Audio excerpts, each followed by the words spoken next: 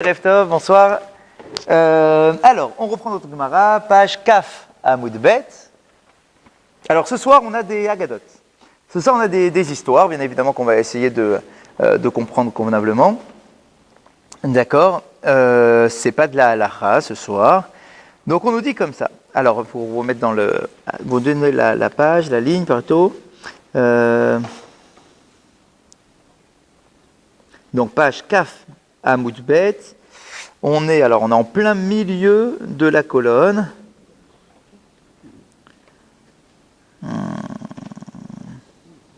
Voilà, ici. Alors, pour vous repérer, vous voyez à gauche, il y a le Gilion Hachas. Gauche. Ouais. D'accord, gauche, vous l'avez ? Le Gilion Hachas, c'est pile en face. Mais dans le texte, bien évidemment. D'accord, c'est la ligne qui commence par Mikol Achasadim. Vous l'avez ?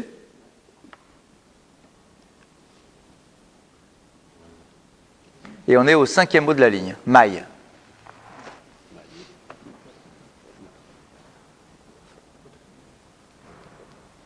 C'est bon ? Tout le monde là ? C'est bon, tu l'as ? Viens, approche-toi. Regarde, Gilion Hachas. Gilion Hachas, c'est ici. D'accord ? Hop. Voilà. Maï. Ok ? Allez, c'est bon, on y va. Maïaha ouvde des Rav Ada bar Ahava. Quel était le comportement si particulier que pouvait avoir Rav Ada bar Ahava ? Et on nous dit Ki had itmar, voilà ce qu'on nous raconte à propos de lui. Shalut almidav, et Rabbi Zera ve amrele le Rav Ada bar Ahava, bame erarta yamim. On lui a posé une question qui nous intéresserait tous, de savoir, on lui a demandé comment est-ce que tu fais pour avoir une vie aussi longue. D'accord ? Quel était ton mérite ? Ça ne vient pas comme ça quand même d'avoir une longévité incroyable. D'accord ? Quel est ton mérite ? Quel est ton comportement ? D'accord ? Qu'est-ce qu'il y a dans ton comportement qui justifie d'avoir une si longue vie ? Amar lahem, alors voilà comment il répond. Miyamai lohik padeti betor beti. Premièrement, je ne me suis jamais mis en colère chez moi à la maison. C'est un homme saint. C'est un ange. Je ne me suis jamais emporté à la maison. On va essayer d'expliquer après. Velo tsaadti bifnemi shegadol mimeni. Et je n'ai jamais devancé un homme qui était plus grand que moi en Torah. Donc en chemin. D'accord ? Je ne me suis jamais mis devant un homme plus grand que moi en Torah. Velo hiharti bamevoot amtunafot. Et je n'ai jamais pensé à des paroles de Torah dans des endroits qui étaient sales. Velo halarti arba amot belo Torah uvlo tefilin. Et je n'ai jamais marché 2 mètres sans avoir des paroles de Torah sur ma bouche et sans porter mes tefilin. Velo yashanti bevet midrash lo shenat keva velo shenat aray. Et je ne me suis jamais endormi au Bet Midrash, ni un petit somme, ni pendant Shenat Keva, donc un long sommeil. Velo sasti beta kala traveri, et je ne me suis jamais réjoui de l'échec de mon ami. Velo karati la chaveri bachani chato, et je n'ai jamais appelé mon ami par son sobriquet. Ve'amrela bachani chato, ni par son nom de famille.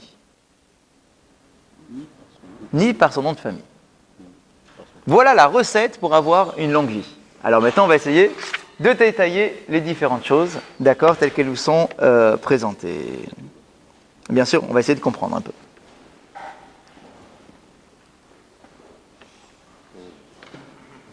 Donc, premièrement, bonsoir. Ah ben, tenez. Donc, le Rav dit, je ne me suis jamais emporté à la maison. Ça, c'est la première chose. Jamais. Je ne me suis jamais mis en colère. Qu'est-ce que ça signifie ? Betor beti.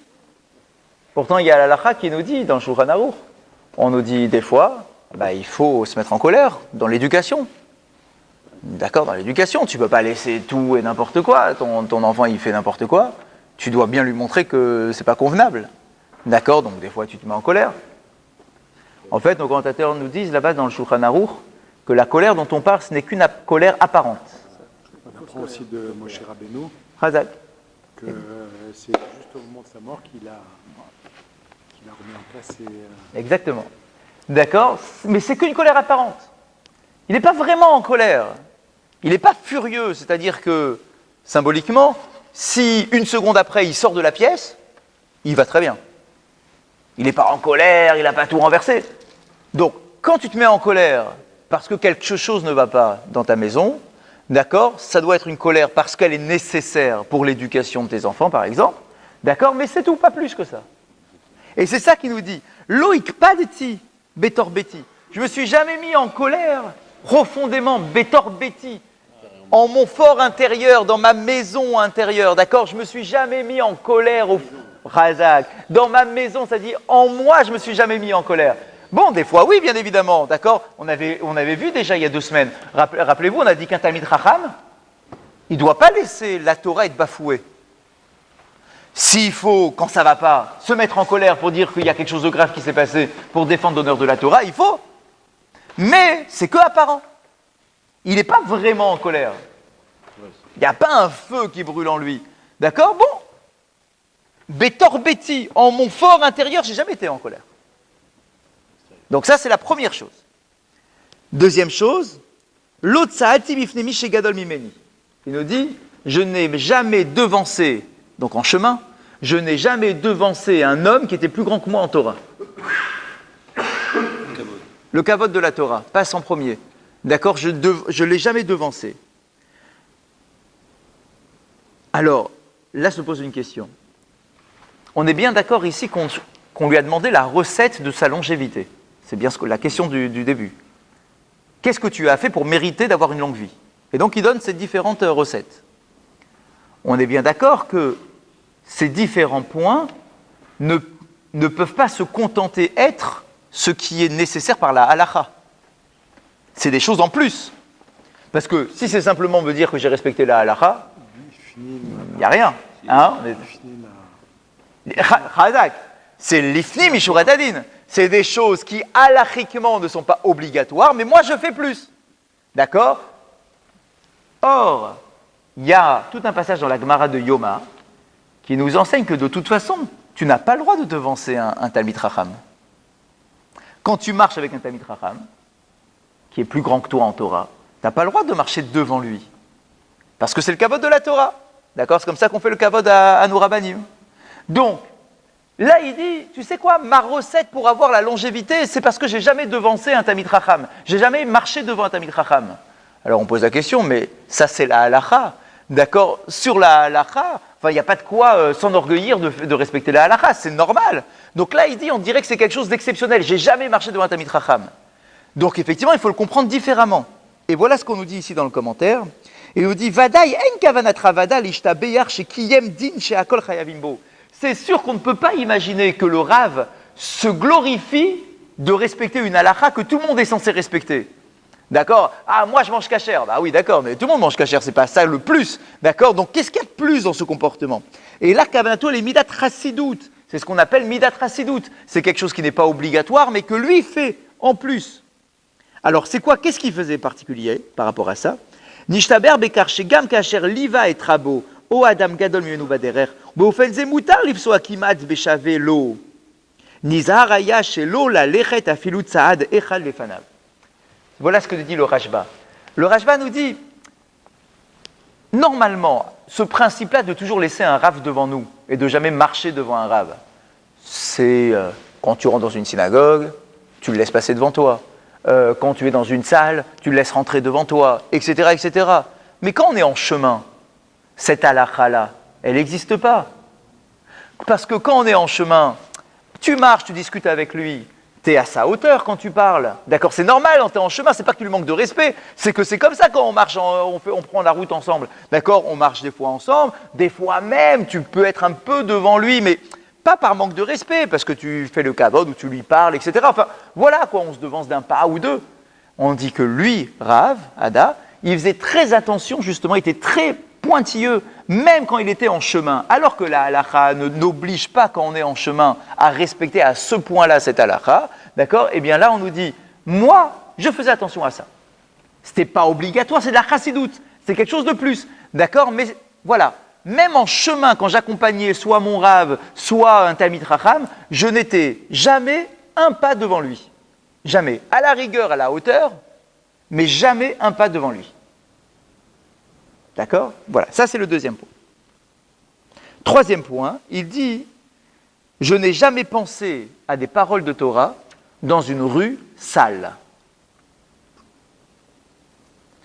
Alors, là encore se pose la question, où est le scoop? D'accord? Qu'est-ce qu'il y a d'exceptionnel dans ce comportement-là? C'est une halakha, Chazak, c'est une halakha. On n'a pas le droit de penser à des paroles de Torah quand on est aux toilettes, par exemple. On n'a pas le droit de penser à des paroles de Torah quand je suis dans une rue qui est sale, parce que ça ne convient pas. Mes paroles de Torah ou ma pensée de Torah ne convient pas au lieu. D'accord? Donc pour donner du kavod à la Torah, d'accord, je ne peux pas avoir des pensées de Torah quand je suis dans un endroit qui est sale, ou qui a des mauvaises odeurs, une petite ruelle, un petit truc comme ça. D'accord? Je ne peux pas. Alors où est le scoop? En quoi c'est une chassidoute? Voilà ce qu'il nous dit. Asur le harer v'divrei Torah besamour le tsoa ou le meraglaim. L'halakha est la suivante. Ça c'est la halakha. Tu n'as pas le droit de penser à des paroles de Torah quand tu es devant un pot de chambre, par exemple. Exemple de l'époque. D'accord, tu as un pot de chambre devant toi, tu ne peux pas avoir des paroles de Torah. Pardon? Non, là ici on parle plein. D'accord, avec des saletés à l'intérieur. Tu ne peux pas, c'est pas convenable. Mikol makom rabada hirshiv et zehiruto be'isur ze bischut gedola le'atzmo bifnei hakoshi shebadavar shelachen rov bnei adam enam matzlichim leizaher bo tamid. En quoi lui se glorifie d'avoir fait ça alors que c'est normalement ce qu'on est tous censés faire? Il nous dit oui, c'est vrai, sur ce point-là, c'est la halakha. C'est la halakha, effectivement. Dans une rue sale, je ne suis pas censé penser à des paroles de Torah.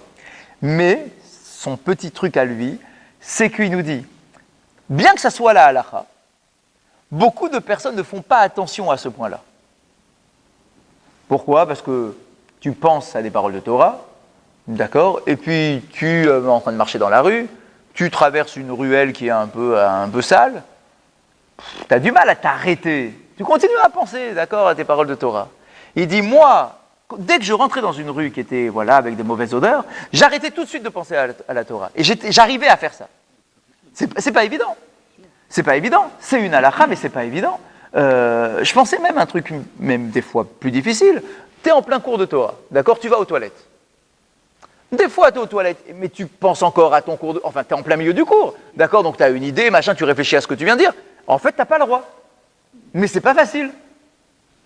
Moi, j'avais un... Autre chose. Autre chose. Ah, tes comptes financiers, voilà, c'est le bon moment. D'accord, c'est le bon moment. D'accord, mais c'est vrai que c'est pas facile. Alors, on va dire, ah, ça va, il n'y a rien de grave, qu'est-ce que j'ai rien fait de grave. Effectivement, il le dit lui-même, c'est difficile de s'empêcher de passer à des paroles de Torah quand tu es en pleine réflexion ou que tu es en plein milieu d'un cours. D'accord, c'est vraiment pas évident. Tandis que le roi David, Ouais. même quand il allait dans les toilettes, Ouais. il pensait au mitzvot en regardant sa circoncision. Chazak. Chazak. Alors, pareil. c'est pareil. Concrètement, c'est pareil. C'est un endroit où tu n'es pas censé penser des paroles de Torah. Mais lui, du coup, il arrivait comme ça à détourner un petit peu. Je ne pense pas à des mitzvot de Torah, mais je pense aux mitzvot qui m'accompagnent. Mais vous avez raison, parce qu'il ne voulait pas se détacher ne serait-ce qu'un seul instant de la Torah. Il y a un autre conseil qui est donné, Chazak, il y a un autre conseil qui est donné quand on est aux toilettes, entre guillemets, d'accord, qui est par les rabbanim, c'est de dire, à quoi, attends, mais moi j'ai envie, voilà, qu'est-ce que c'est que je pense à d'autre que la Torah? Moi, ma Torah, c'est ma vie. D'accord? Il nous dit, tu peux penser à l'humilité que tu dois avoir, toi, être humain, de savoir que tu as besoin d'aller aux toilettes. Voilà un sujet de réflexion quand tu es aux toilettes. D'accord, la petitesse de l'homme, d'accord, qui se croit le maître du monde alors qu'il a besoin d'aller aux toilettes. D'accord, donc voilà, c'est pas de la Torah, c'est pas une mitzvah de la Torah, t'es pas en train de parler de Torah, mais on est en train de prendre conscience de la petitesse de l'individu. On continue, et donc il rajoute ainsi, il n'a jamais marché 4 amotes, donc 2 mètres, 4 coudées, sans Torah, donc c'est un peu la même idée que tout à l'heure, d'accord, sans Torah, et sans téphilines. Je vous rappelle qu'à l'époque, il mettait les téphilines pendant toute la journée. D'accord, il les retirait pas, il les mettait le matin. D'accord, il gardait toute la journée. Ils mangeaient avec, ils étudiaient avec, d'accord? Ils regardaient leur téphilines toute la journée. Donc c'est pour ça quand on dit, quand tu as tes téphilines aujourd'hui, des fois on te saute dessus parce que tu bois un café, etc. En fait, il n'y a pas d'interdit. Il n'y a pas d'interdit si tu es capable de ne pas te détourner de tes téphilines qui sont sur toi. D'accord, ça peut arriver des fois, tu es venu au slichot, machin, tu es fatigué, tu as un truc, tu prends un café pendant ta tefila. D'accord, alors, ok, d'accord, c'est pas un idéal, tu n'es pas censé manger avec tes tefilines. Ok, mais si j'en ai besoin et que ça me permet de mieux rester concentré, d'accord, ça peut... C'est la halakha. Que quoi? Qu'on n'est pas censé manger avec les tefilines? Que boire un café avec un tefilin. Que c'est autorisé ou interdit? Quelle halakha vous cherchez? C'est interdit. Ah, non, c'est pas écrit explicitement boire le café est interdit avec les tefilines. Ce qu'il y a écrit, c'est quoi? C'est que tu n'as rien le droit de faire avec tes tefilines qui te détournent de tes tefilines. Voilà, c'est ça c'est écrit. Et à partir de là, c'est que on va extrapoler pour savoir qu'est-ce que ça signifie. Manger, c'est vrai que quand je mange, je pense pas à mes tefilines. Donc on va dire, ne mange pas avec tes tefilines. D'accord, grignoter un truc, sortir dans la rue. Aujourd'hui, quand tu sors dans la rue, c'est très difficile de récemment. Imagine en Israël, bien évidemment. C'est une extension de la halakha de base qui nous dit que quand tu as tes tefilines, tu dois rien faire d'autre que de penser à tes tefilines. Chose qui est particulièrement difficile. Déjà, nous, dans l'heure de la tefila, déjà le matin, des fois, c'est pas évident. D'accord, mais de garder toute la journée, eux avaient cette capacité de concentration comme ça, très longue. Donc il dit, j'ai jamais marché 2 mètres sans avoir mes tefilines sur moi.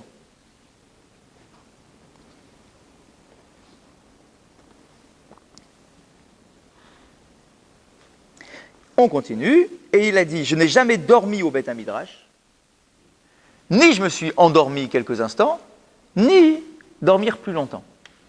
Alors, je vous rappelle que là encore, d'après la halakha, on a le droit de dormir au Beth Midrash.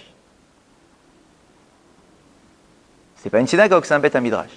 On a le droit, pourquoi? Parce que le Beth Midrash, c'est un lieu de vie. Donc les gens, ils venaient étudier, s'ils voulaient faire une petite sieste, s'ils voulaient s'assoupir quelques instants, d'accord, on n'allait pas leur dire rentrez chez vous à la maison. Ils sont là en train d'étudier pour la journée entière, d'accord? Donc, si tu as envie de t'endormir, mets-toi la tête sur ta Gemara, endors-toi comme on voit partout, quoi. D'accord? Endors-toi quelques instants, et puis après, tu trucs. Lui, il dit, moi, sur ce point-là, j'avais un midat chassidut, d'accord? Je faisais plus. Je faisais en sorte de jamais dormir au Beth Midrash. Je m'endormais pas, même quand j'étais fatigué, je m'endormais. Pourquoi? Parce que ma Torah était une Torah qui était pleine de vie. D'accord, qui m'emportait complètement. Je n'étais pas fatigué, parce que quand tu t'endors, c'est quoi? C'est qu'en réalité, tu vis pas vraiment ta Torah. D'accord, quand tu t'endors au milieu d'un cours, c'est parce que tu es un peu fatigué, et puis que tu n'es pas passionné par ce qui est en train de dire là à l'instant. D'accord, sinon on ne s'endormirait pas. D'accord, comme quand tu as une activité incroyable, tu t'endors pas. Oui, effectivement, parce que je suis passionné par ce que je suis en train de faire. D'accord, donc là il dit, moi quand j'étudie la Torah, non seulement j'étudie tout le temps la Torah, d'accord, je marche jamais 2 mètres sans penser à la Torah. J'ai toujours mes tefilines sur moi. Et quand j'étudie la Torah au Beth Midrash, je suis tellement dans la dynamique de l'étude que je m'endors jamais. Et le point suivant, il a dit, et je ne me suis jamais réjoui lorsque j'ai vu mon ami chuter. Alors là aussi, les commentateurs posent la question. Déjà, la halakha te dit que quand ton ennemi, il chute, tu ne dois pas te réjouir. Là, ici, il dit, t'as vu comme je suis un tzaddik, hein? Je suis un grand tzaddik. Quand mon ami chute, je ne me réjouis pas. Alors, bien évidemment, tous nos commentateurs, ils posent la question, ils disent, mais c'est normal, ça, c'est pas de la chassidut, ça, c'est humain. Enfin, ça serait terrible de dire l'inverse. D'accord, de voir ton ami chuter et t'es heureux. D'accord, alors, en fait, les commentateurs, ils disent quoi?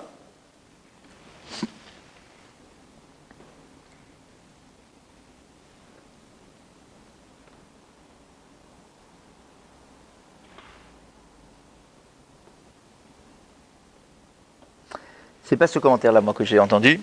C'était par rapport à l'enseignement. Lorsque je discute avec mon travers, sur un sujet d'halakha, par exemple, et que on a discuté, et on s'aperçoit que finalement, c'est lui qui a tort. Et moi, j'ai raison. Eh bien, même sur ce point-là, je ne ressentais pas de joie particulière de me dire « il a tort ». Et quelque part, j'aurais tellement préféré qu'il ait raison, pour ne pas lui faire honte par rapport à sa connaissance et à son enseignement. D'accord, ça veut dire quoi? Ça veut dire que quand tu es en train d'étudier, ou tu poses une question à quelqu'un et machin, d'accord, et qu'il commet une erreur et qu'il se trompe, d'accord, et que toi tu disais l'inverse d'Afka, Il n'y a pas de quoi sauter au plafond et dire « Ah, t'as vu, moi j'avais raison ». L'osastiv est la traveri. Sur ce point d'Alachal, sur les points d'Alachal, sur le point de Torah, il n'y a pas de quoi se réjouir quand mon ami commet une erreur dans l'enseignement ou dans la façon d'étudier la Torah. Et le dernier point, il dit « Je n'ai jamais appelé mon ami par son surnom, ni par son nom de famille. » Il y avait des pas de nom de famille à l'époque. Ah, alors, 2 minutes. Péjoratif, un peu. Alors, donc, la première partie, on comprend. Surnom, en général, c'est péjoratif. D'accord, c'est un petit truc un peu moqueur comme ça. Jamais. Je n'ai jamais appelé quelqu'un par son surnom. Même quand ce n'est pas péjoratif. Je vous rappelle que appeler quelqu'un par son véritable prénom, ça lui permet d'avoir sa véritable dimension spirituelle. Tu dois absolument utiliser le prénom de quelqu'un. Tu dois l'appeler par son prénom. Pas par ni un diminutif, ni par un sobriquet, ni rien. Tu dois absolument utiliser son prénom complet. D'accord ? C'est ça qui donne l'ampleur de ton identité. D'accord ? Donc au niveau des Neshamot, ça libère quelque chose d'utiliser ton véritable prénom. C'est le fameux truc qu'on a dans la Chassidoute, d'accord, avec Rav Nachman de Breslev. D'accord ? Quand il fait Nachman, Meuman. D'accord ? C'est quoi ce truc-là ? En fait, c'est ça. C'est de composer le prénom du petit au grand. D'accord ? Je commence par sa première lettre, j'ajoute la deuxième lettre, j'ajoute la troisième lettre. D'accord ? Pour arriver au prénom complet. D'accord ? C'est ça, le Inyan, c'est celui-là. Hein. D'accord ? Ça vient de la Chassidoute. Enfin, ça vient pas de la Chassidoute. Chez les Chassidim, on le développe beaucoup. D'accord ? Chez les Breslev, encore un peu plus. Mais c'est cette notion-là. Quand j'appelle quelqu'un, je veux alimenter sa neshama au maximum. Donc, je veux utiliser son nom complet. D'accord ? Pas un diminutif, tout son nom avec toutes ses lettres. Bien. Et le deuxième point, donc ça, ok, je n'utilise pas les surnoms, etc. Mais on nous dit aussi de ne pas l'appeler par son nom de famille. Alors, c'est quoi ça, Chanichato ? Qu'est-ce que c'est ? Khazak, Michel le dit, c'est quoi ces noms de famille ? De quoi on parle ? Regardez Tosfot. Colonne de droite, le dernier Tosfot. Colonne de droite, Bar Chanichato.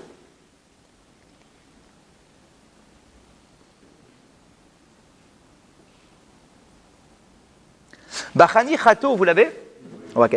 Perouche, Bekinouy. Shemechanin Oto Ben Adam. Donc, ouais, on est au nom de famille là. Donc, le Tosfot dit Kinouï. Un kinouï, c'est une façon d'appeler, d'accord ? Une appellation. Shemechanin Oto Ben Adam. Que les gens utilisent pour parler de lui, l'ignaï. Mais de manière péjorative.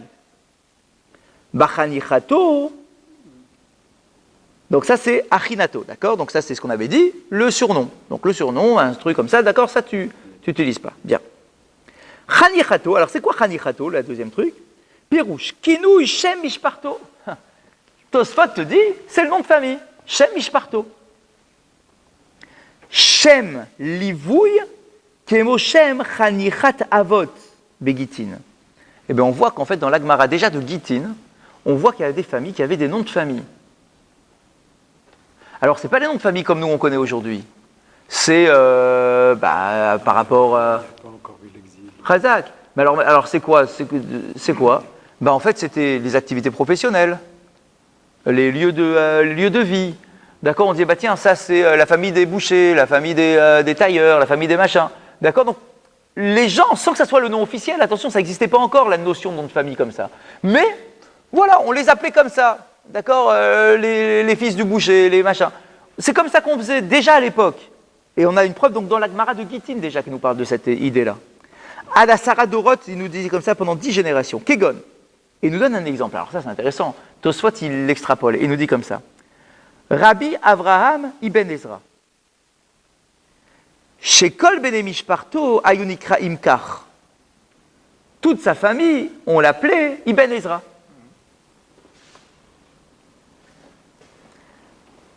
Vedavka lignaï avalishvar mutar. Donc, qu'est-ce qu'il a fait Tosfot, il nous a expliqué c'est quoi Chanichato. Chanichato, c'est donc un nom de famille. Par exemple, Ibn Ezra, tout le monde l'appelait Ibn Ezra, mais pas que lui. pas que Rabbi Moshe Avraham Ibn Ezra, toute sa famille, on l'appelait Ibn Ezra. Alors il nous dit, si c'est l'Ishvar, si c'est noble de l'appeler comme ça, il n'y a aucun problème.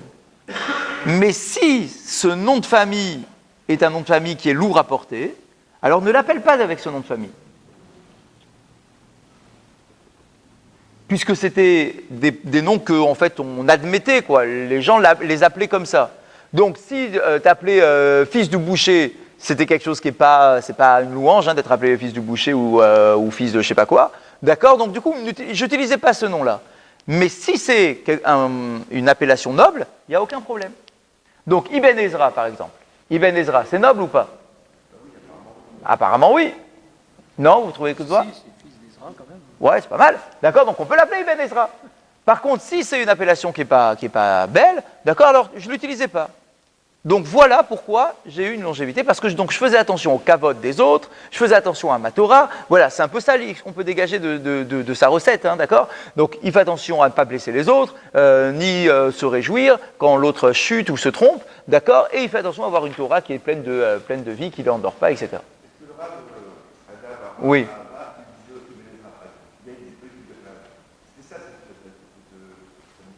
Alors, si tu dis, si tu dis que minadine, d'après la halacha, que ce qui est interdit, c'est quand c'est un mauvais nom de famille, mais que quand c'est un nom de famille qui est noble, tu peux le faire. Ça, c'est la halacha. Donc, du coup, lui, qu'est-ce qu'il faisait? Si on dit que c'est toujours la même idée, qu'il était dans la midat chassidout, c'est-à-dire qu'il faisait plus que le nécessaire, peut-être que lui n'appelait jamais autrui par son nom de famille. Chazak. Le prénom est préférable. On nous dit, c'est un autre passage à l'Agmara qui nous dit que quand tu appelles quelqu'un par son prénom, c'est une marque d'amour et d'affection. Plutôt que par son nom de famille. Alors, je ne dis pas aujourd'hui dans notre société, etc., mais dans le fond, appeler quelqu'un par son prénom, c'est une marque d'affection. Akadosh Baruch Hu a appelé par leur prénom. Moshe, Abraham, Yitzhak, Yaakov, d'accord?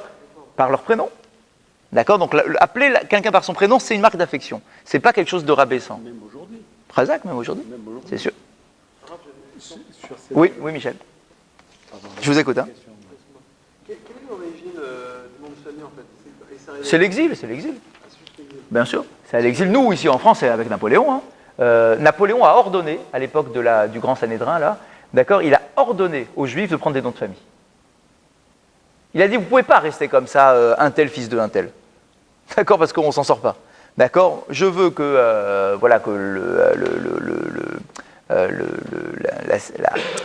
la façon d'appeler les gens soit bien répertoriée, etc. Donc il a ordonné aux Juifs de choisir des noms de famille. Donc des fois c'était un choix, des fois c'était imposé selon le lieu où on venait, etc. D'accord, mais c'est l'exil, hein. C'est l'exil. Hein. D'accord, et Napoléon c'est relativement, c'est fréquent, c'est récent. D'accord, il y a des choses beaucoup plus anciennes, mais c'est l'exil. Donc on a inventé Ben Amou, Bien évidemment, d'accord, les Toledano, les machins, d'accord, tout ça c'est... d'accord, tout ça c'est... Oui, bien sûr. D'accord, ça n'a jamais existé chez nous. Et les Cohen Lévi alors? Ah, tribu. Alors ceux-là on les a gardés, tribu. D'accord, mais sinon les autres... Lévi, c'est aussi un prénom. La question c'est... Oui, Michel. Ici, on est censé revoir les qualités Oui. de Ravada, Ravada, ce qui l'a rendu grand. Et c'est étonnant que pour expliquer ces qualités, on lui demande mais qu'est-ce qui t'a rendu, qu'est-ce qui t'a allongé ta vie? Ouais. Et est-ce que c'est parce que tu pratiques ces qualités que tu allonges ta vie? Razak, exactement. Ou est-ce que c'est la Gemara vient nous dire ça simplement pour nous dire les qualités de Ravada? Alors en fait, c'est que ces qualités-là... Combien de temps il a vécu? Je sais pas, j'ai cherché. Mais j'ai cherché parce que quand j'ai préparé, je me suis dit, combien de temps il a vécu? D'accord, ça doit être un truc incroyable. Je sais pas, j'ai pas trouvé, je suis désolé. Mais à mon avis, la réponse c'est la première. Ça veut dire qu'on lui a posé la question, qu'est-ce qui fait que tu aies une longévité aussi incroyable? D'accord, et donc il répond, c'est grâce à ces mitzvot-là de l'Ifni Mishurat Hadin, d'accord, de Chassidut, que Kakadosh Baruch Hu m'a permis d'avoir une vie plus longue. Pour l'histoire du prénom, regardez par exemple dans la Haftara de Machar Chodesh. Le Ben Ishaï. Merci. Dans l'Haftarah de Machar Chodesh, très intéressant, vous savez, c'est l'histoire avec Jonathan et David et Shaoul. Shaoul était en colère contre David. D'accord, parce qu'il n'était pas venu au repas de Rosh Chodesh. Ok? Chazak, c'est ça, jaloux, etc. Comment est-ce qu'il appelle, quand il appelle son fils, il dit il est où l'autre? D'accord? Il ne dit pas il est où David? Il dit il est où Ben Ishaï, le fils de Ishaï? C'est dérogatoire. Il veut pas employer son Chazak, parce que C'est trop affectueux. Chazak, quand tu appelles quelqu'un par son prénom, c'est affectueux. Il n'est rien du tout, c'est un Chazak répétant, Ben Ishaï. c'est le fils de quelqu'un, il n'est rien. Chazak, il est rien, en tant que tel, il est rien. D'accord, voilà, et c'est vrai qu'on le vit bien, enfin on le comprend bien cette idée-là. D'accord, quand vous êtes professeur, machin, quand tu as un élève qui t'énerve, tu l'appelles par son nom de famille, pas par son prénom. D'accord, la rigueur avec ton fils, quand il s'énerve, tu l'appelles par son nom de famille. D'accord, donc voilà. Alors on continue. Amarle Raval et Rafram bar papa. Les malalar mahane mile me'aliata de ava avid ravhuna. Eh bien on a posé une autre question, enfin c'est exactement le même sujet. D'accord, mais là, cette fois-ci, c'est Rava qui pose la question à Rafram, bar papa. Il lui dit, s'il te plaît, dis-moi pourquoi Ravuna, d'accord, lui aussi, qu'est-ce qu'il avait de particulier dans son comportement? Amarle beyanak tout coûté lo dechirna, besivute dechirna. Il dit, tu sais quoi, je ne me rappelle pas, quand il était jeune, je ne me rappelle pas qu'est-ce qu'il faisait de particulier. Mais par contre, quand il était âgé, ça, je me souviens bien de son comportement. Alors, qu'est-ce qu'il faisait, lui? De chol yoma de eve hava makpidan le begu harka de dahava.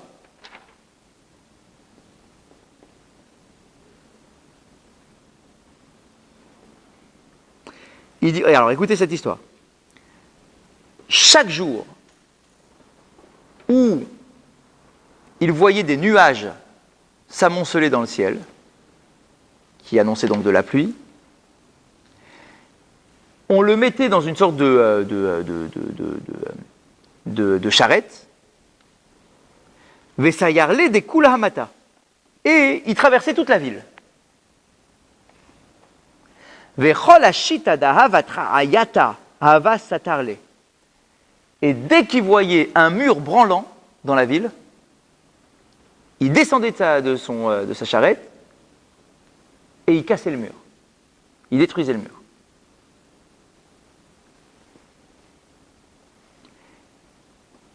Efchar le mara, banala, veilo efchar, banala ihu bedide. Si le propriétaire du mur avait les moyens de reconstruire son mur, alors il le laissait faire. Si le propriétaire du mur n'avait pas les moyens de reconstruire son mur, c'est lui qui le construisait à sa place.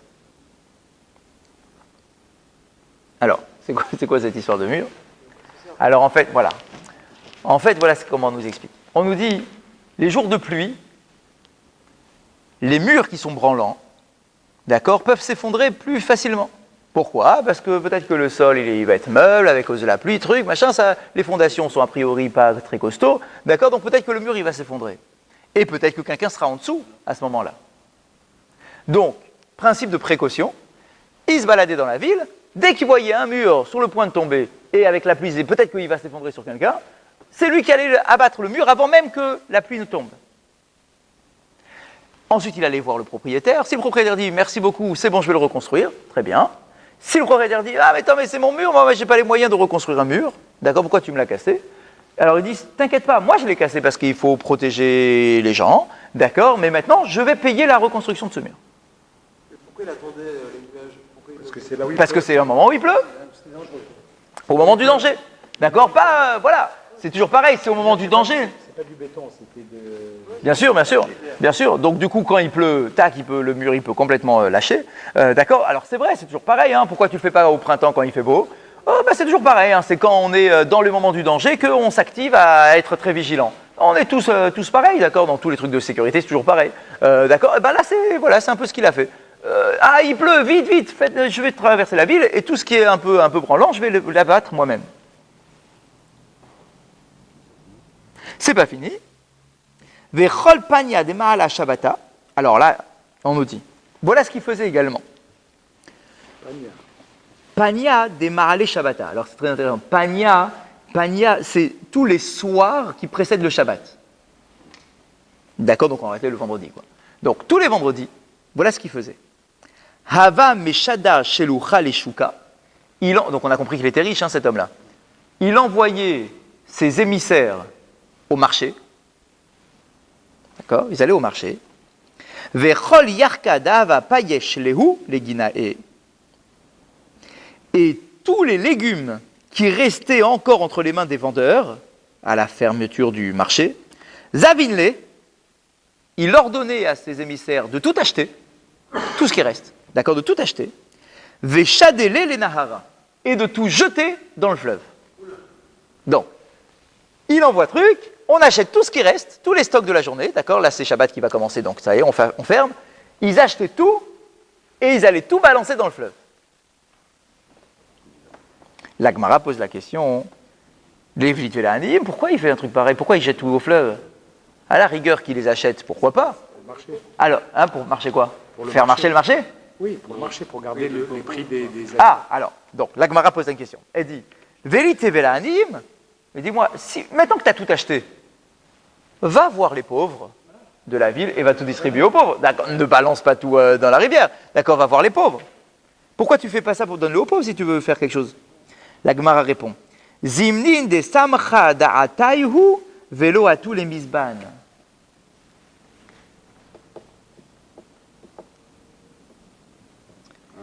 Il nous dit, si les pauvres savaient, tous les vendredis avant Shabbat, qu'ils allaient recevoir tous les restes du marché,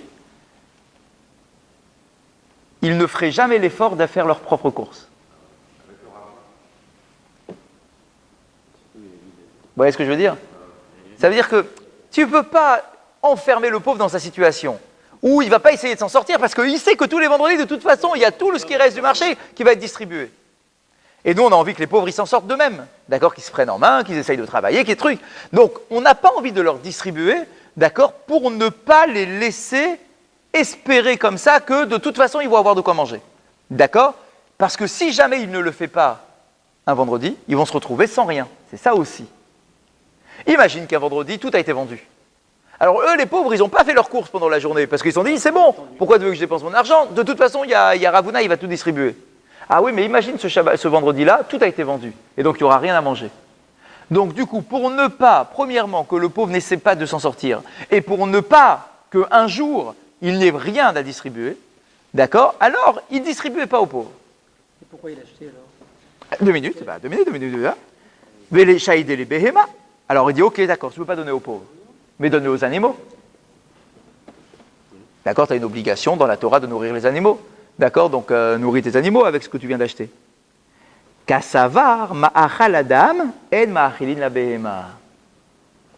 Il ne voulait pas donner aux animaux parce qu'il considérait que de la nourriture pour les hommes, tu n'as pas le droit de la jeter aux animaux. Et effectivement, je vous rappelle que c'est comme ça qu'on doit faire. D'accord, tu n'as pas le droit de donner de la nourriture raffinée de ta table à un animal. Sauf si on va la jeter. Bien sûr, bien sûr. Sauf si on va la jeter. Khazak, quand c'est la poubelle, c'est la poubelle. Quand c'est l'étape avant la poubelle, c'est autre chose. Mais si tu es à table comme ça, tu prends un petit truc, tu hop, d'accord, alors que tu es en train de manger toi, d'accord, tu n'as pas le droit. Ma khaladam la behema assour. Bien sûr, tu ne donnes pas de nourriture d'un truc. Ah, pourquoi? Khazak, parce que la nourriture, Khazak, la nourriture raffinée, à partir du moment où l'homme est intervenu là-dedans et qui s'est investi pour avoir sa nourriture, elle est réservée, elle est consacrée à l'homme, à la nourriture de l'homme. Parce que l'homme fait une bracha avant de manger, il va pouvoir élever cette nourriture-là. Même, parce que tout ce que tu manges fait partie de ta nourriture à toi, qui est consacrée. Quoi? Un bout de pastèque, ouais. Ah, d'accord. Et après, qu'est-ce qu'il en a fait? Il a jeté à la poubelle ou à un chien? Ah, ouais. Bon, il faut voir. D'accord, mais en tout cas, voilà, c'est cette idée-là. Alors, c'est vrai, moi j'en parlais à quelqu'un il n'y a pas longtemps, dans la Torah, mais alors c'est ça l'équilibre. C'est que dans la Torah, bien que tu aies une obligation de faire attention aux animaux, tu n'as pas le droit de faire souffrir un animal, tu dois lui donner à manger avant toi. D'accord? Tu n'as pas le droit de manger si ton animal n'a pas mangé. C'est la halakha tout ça. D'accord? Donc on est hyper à la pointe, d'accord, de toutes ces halakhot-là sur le respect du monde animal. Mais tout de même, on ne considère pas que le règne animal est au même niveau que le règne humain. D'accord? C'est vrai que ce n'est pas très en vogue en ce moment de dire ça, d'accord, mais c'est comme ça que la Torah le présente. D'accord? Et c'est depuis Bereshit. Quand Adam Arishon a été créé, Akadosh Baruch Hu a fait marcher Adam Arishon dans tout le Gan Eden et lui dit, ce monde, s'il t'appartient, ve'yirdu bidgatayam uvof hashamaim. Et vous devrez maîtriser tout le règne animal. Certes, la Barashi nous dit, le mot yirdu peut être compris de deux façons différentes. Soit ça vient du mot dominer le monde animal, soit vient du mot yered, être plus bas que le monde animal. Donc tout dépend de ton comportement. Si tu as un comportement noble, alors tu dois maîtriser le monde animal. Si ton comportement n'est pas noble, alors tu es encore plus petit que l'animal. Et c'est d'ailleurs pour ça que l'homme a été créé en dernier, pour pas qu'il s'enorgueillisse de sa position, d'accord? En disant, ah, moi je suis le roi du monde. Non, non, tu as été créé en dernier. Même un yétouche, un moustique, Dieu l'a créé avant toi. Donc, oui, c'est vrai, on fait très attention au règne animal, mais pour autant, on n'est pas au niveau du règne animal. Ça veut dire que tout ce qu'on entend actuellement de dire que tu es un animal, c'est comme tu es un homme et que c'est un truc, etc., d'accord? Ça, c'est pas du tout dans la vision de la Torah. Bien qu'à l'origine, on n'était pas censé manger d'un animal. C'est vrai. Mais c'est tout de même pas le même niveau. D'accord? Il y a la supériorité de l'être humain qui est la finalité du monde. Non, peut-être pas le tuer, mais pas faire souffrir la bête. Ça, c'est certain.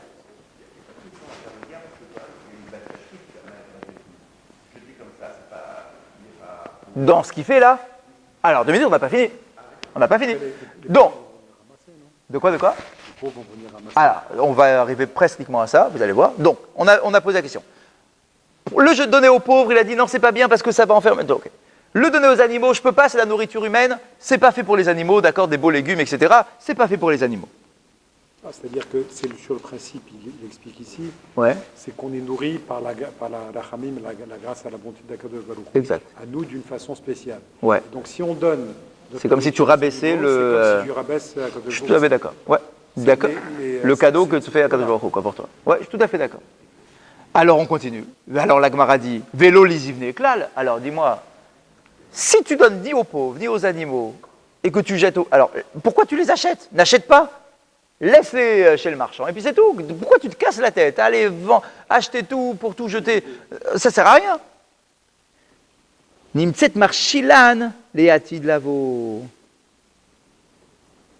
Voilà. C'est ça.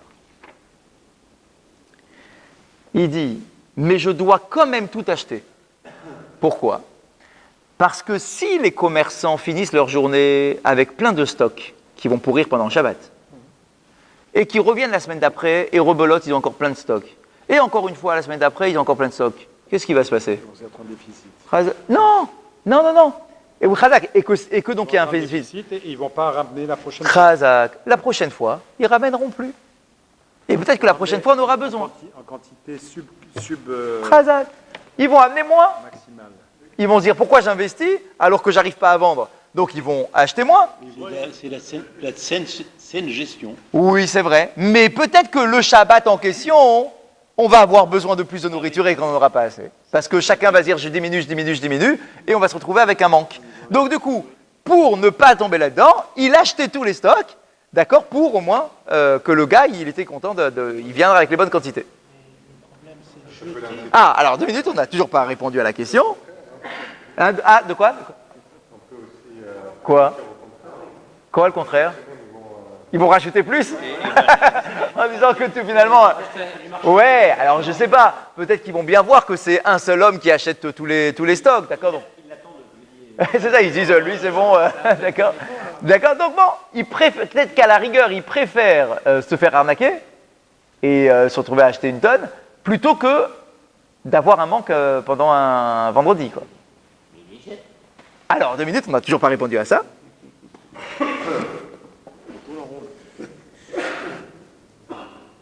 Rachi explique Ouais.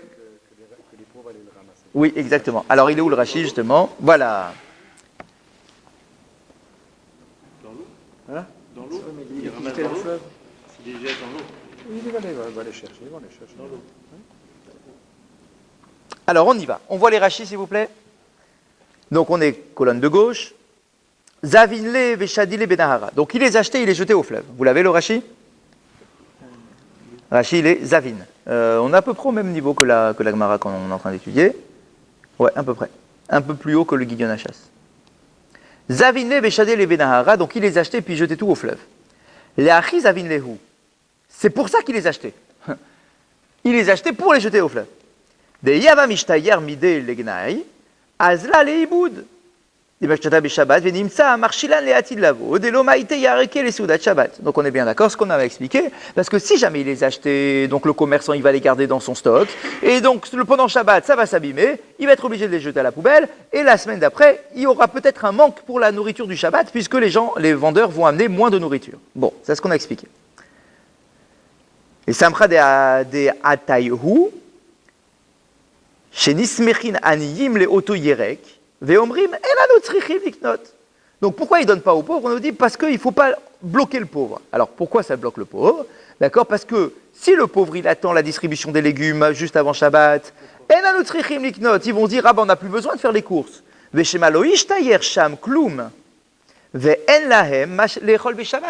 peut-être qu'à cause de ça, donc puisqu'ils ne vont pas faire leurs courses en espérant recevoir leur nourriture, peut-être que ce jour-là il n'y aura pas de reste, d'accord? Et donc ils vont se retrouver sans nourriture pour Shabbat. Donc tu n'as pas le droit de donner la nourriture aux animaux, la nourriture humaine. Mishum bizouille orlin. C'est à cause du fait de dédaigner, de rabaisser la kedusha de la nourriture. Ou mechaze kevoret betova sheishpia kadosh baruch hu. Et ça ressemble, c'est comme si tu donnais un coup de pied dans le cadeau que te donne Dieu. Boet, c'est ça l'expression, hein, c'est vraiment taper dedans. D'accord? Akadosh Baruch Hu, il te fait un cadeau, tu as des beaux fruits, des beaux légumes, d'accord? Et toi, tu donnes ça aux animaux, d'accord? Tu ne donnes pas ça aux animaux. Inami, ou bien, Mishum de Chassatora alma meonan shel Israël. Alors il dit, ah bon? Que la Torah fait attention à l'argent du peuple d'Israël. Ça, on le voit souvent. Des fois, on devrait nous dire, jette, mais la Torah, elle est sympa avec ton argent. Alors elle te dit, bon, il y a une solution. D'accord? Par exemple, t'as une goutte de lait qui est tombée dans ta viande. On devrait dire, ah bah, vas-y, jette tout et c'est tout. Non, la Torah, elle fait attention à ton argent. Elle n'a pas envie que tu gaspilles tout. Donc si elle est bonne quantité. Dans le Shmonesri, on demande la parnassa. C'est ça. Donc tu peux pas. Tu ne peux pas demander et en même temps jeter. C'est ça. Alors, il nous dit quoi? Almona shel Israël, bezarak le nahar, veolchin le makom acher, ou motzin otam bene adam veochlin otecha kar shamati. Et donc Rashi nous dit, kar shamati. J'ai entendu une explication. Shamati, j'ai entendu. C'est quoi l'histoire du fleuve? Le fleuve, il n'y a pas écrit dans un lac, il n'y a pas écrit dans une poubelle, dans un fleuve. Il nous dit pourquoi le fleuve? Parce que le fleuve, il y a du courant. Moi, je jette ici, mais en fait, dans le petit village d'à côté, eh ben, là-bas, ils vont récupérer tous les légumes que je balance ici. Donc, je ne gaspille pas la nourriture. Je fais juste en sorte qu'elle ne reste pas ici. Quelque part, il le donne aux pauvres. Chazak. Donc, quelque part, oui, je donne aux pauvres. Oui, mais d'à côté. Sauf que le pauvre, il sait qu'il est prévenu parce que s'il n'y a pas de reste le soir, Ouais. qu'il n'y a rien à racheter, qu'il n'y a rien à jeter, les pauvres n'ont rien à voir. Donc c'est pour ça qu'on les force à acheter le matin pour être sûr qu'ils vont avoir Qu'ils aient quelque chose pour manger pour Shabbat. Ouais. C'est-à-dire que c'est pour ça que tu ne peux pas donner à un pauvre juste avant l'entrée de Shabbat la nourriture. C'est ça, parce La que nourriture, après, tu n'as soit plus tu de. le donnes le matin qu'il ait le temps de la cuisiner. C'est ça, etc. mais pas à la fin de la journée, Parce quoi. que tu vas le pousser à faire. Très bien. Ouais, tout à fait d'accord. Nouvelle histoire. Qui avalait Milta de Asuta? Il faisait encore autre chose. Ah bah tiens, c'est pour les médecins ou les pharmaciens. Il dit, les pharmaciens, ouais. Il nous dit, quand il avait un remède médical qui était très cher et que les gens n'avaient pas, Hava male kusa mine. Il remplissait une cruche avec ce remède, vetale le besipa de veta, et il accrochait à l'extérieur de sa maison, sur un poteau, je ne sais pas quoi qu'il y avait à l'extérieur de sa maison, ve'amar, et il disait, kol de baelite velishkol. Si quelqu'un a besoin, qu'il prenne. D'accord? Donc la boîte de médicaments, d'accord, la boîte à pharmacie, d'accord, il mettait à l'extérieur. Celui qui a envie, il peut se servir. Moi, je suis riche, donc j'ai tous les remèdes. D'accord? Donc, il accrochait ça à l'extérieur et il disait, un peu comme à Pessard, d'accord, on ouvre, celui qui a faim, il vient manger. D'accord? Il faisait pareil. Celui qui a faim, celui qui a besoin, il peut prendre directement dans la cruche le médicament. Ok? De quoi? C'est ce qu'il fait. Ouais, c'est ça, devant la pharmacie. Celui qui a besoin. Servez-vous. Veika de Amré, certains disent, non, c'est pas exactement ça qu'il faisait.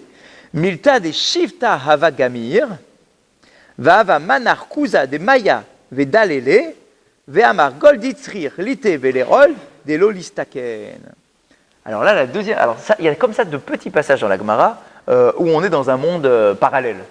D'accord? C'est quoi le monde parallèle ici? C'est le monde des Shedim. Les esprits, les démons, etc. Ouais. Et il nous dit, Ravuna, il avait une spécialité. Il savait qu'il y avait un shed qui s'appelait Shifta. C'était son nom à ce shed. Et lui, quelle était sa force? Comment est-ce qu'il avait l'emprise sur l'être humain? C'était lorsqu'il mangeait sans s'être lavé les mains. D'accord? Il ne parle pas du vin de Netilat Yadayim de Motzi, hein. Il parle de Netilat Yadayim du matin. Vous savez qu'on fait les Netilat Yadayim le matin à cause justement d'un rouach ra, d'un mauvais esprit. Ok. Et on sait très bien, et ça c'est la halakha aussi, c'est le jour Narour, tout ce qu'on touche comme nourriture avant d'avoir fait Netilat Yadayim du matin, il faut le laver. D'accord? Parce qu'on considère que l'impureté se transmet. C'est pour ça qu'on ne touche pas les parties du corps avant d'avoir fait Netilat Yadayim. C'est pour ça qu'on ne touche pas de la nourriture également. Et donc lui, il dit, je connais cet esprit qui s'appelle Shifta. Mais peut-être que les gens qui font pas les détails le matin, c'est parce qu'ils n'ont pas d'eau. Nous, aujourd'hui, c'est facile, mais il faut, c'est vrai, se remettre un peu dans le contexte de l'époque.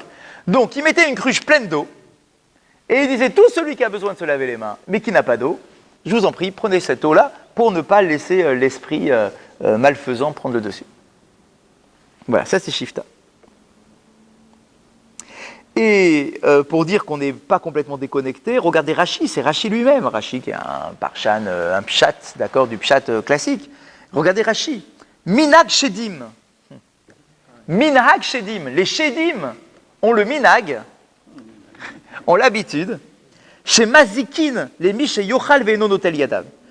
C'est, ils attaquent, donc une sorte de maladie, d'accord, qui se répand chez ceux qui mangent sans se laver les mains. Des Shifta. D'accord, c'est celui de Shifta. Et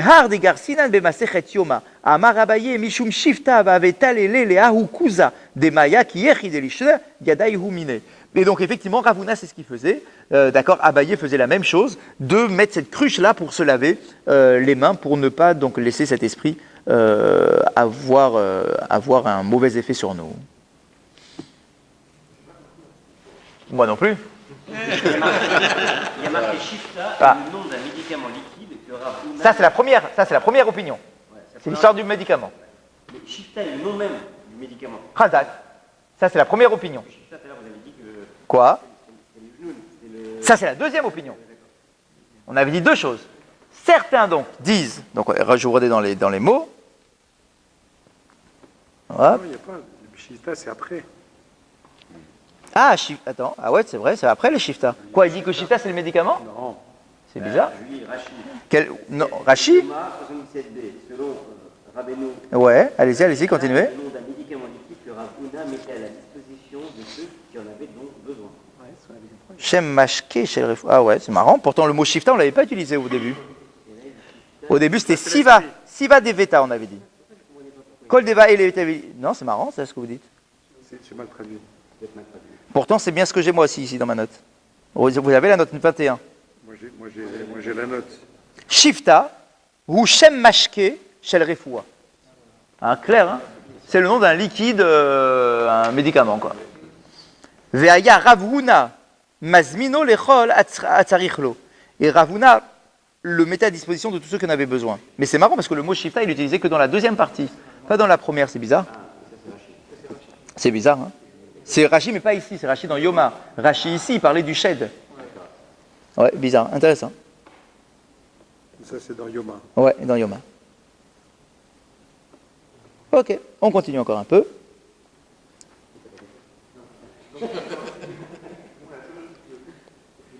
Oui, je vous écoute. C'est- Donc, soit c'est le médicament pour soigner les gens, soit c'est pour permettre aux gens de se laver les mains avant de manger. Exactement. Ouais. C'est ça. Ça, c'est ce qu'on peut comprendre, nous, quoi. On continue, toujours sur Ravuna. Qui avakra rifta.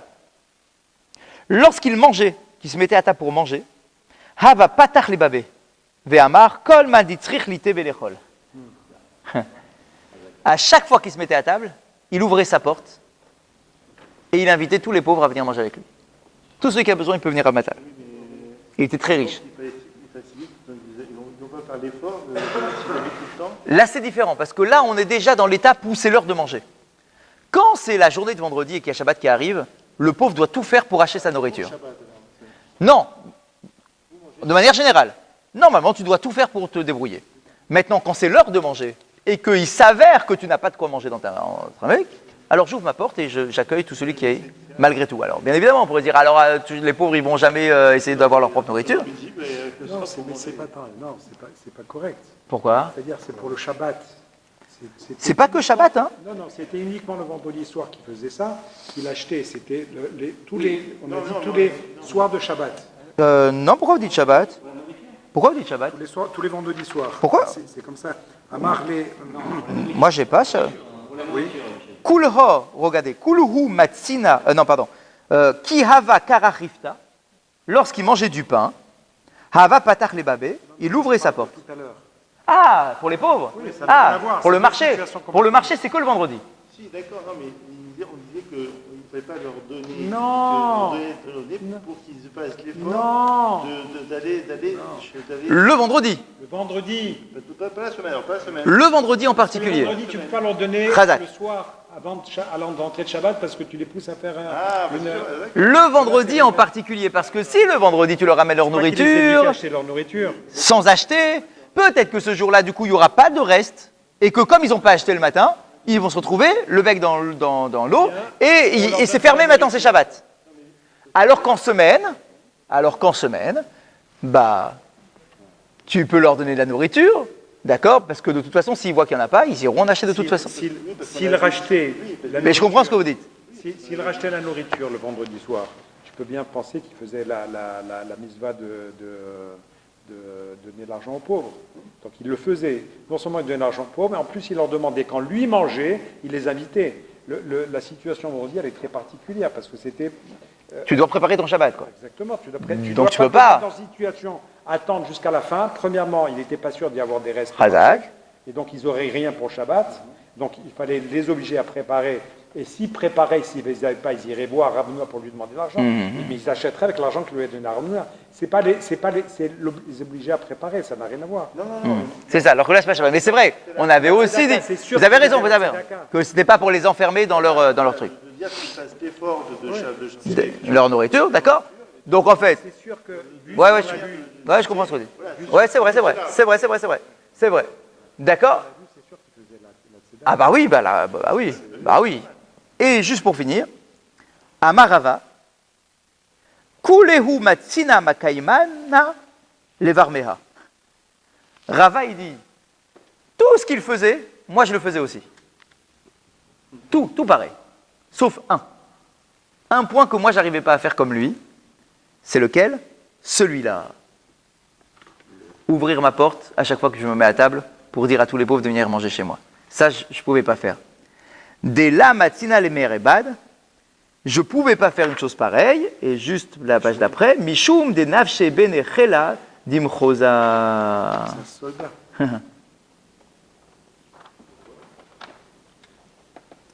Il dit, parce que moi, dans ma ville, il y a des soldats entiers de pauvres, des armées de pauvres. Et comme j'ai déjà de nombreux enfants, je ne peux pas ouvrir ma porte à chaque fois que je me mets à table. Voilà, ce point-là, je ne pouvais pas. Parce que moi, voilà, je n'ai pas les mêmes moyens que Ravuna, ou peut-être que dans ma ville, il y a plus de pauvres que chez lui. D'accord? Donc voilà, moi, ce point-là, je ne pouvais pas le faire. Mais sinon, tout le reste, je faisais comme lui. Et donc ça, c'est Abaye qui témoigne sur ça. C'est-à-dire que ce qu'on comprend ici de Rav Huna, qui me semble beaucoup plus grand que Rav Ada Bar Ahava. Ah, quoi? C'est-à-dire que non seulement il fait la tzedaka, mais il pense de la manière dont il va faire la tzedaka, c'est-à-dire qu'il l'a fait, c'est pas, ah, je dois faire la tzedaka sur une mitzvah, je la donne sans penser. Il le calcule, quoi. Il le calcule, ça fait plus attention aux gens. Ouais, Chazak. Chazak, donc voilà comment on peut prolonger notre vie en faisant toutes ces choses, c'est là, Chazak.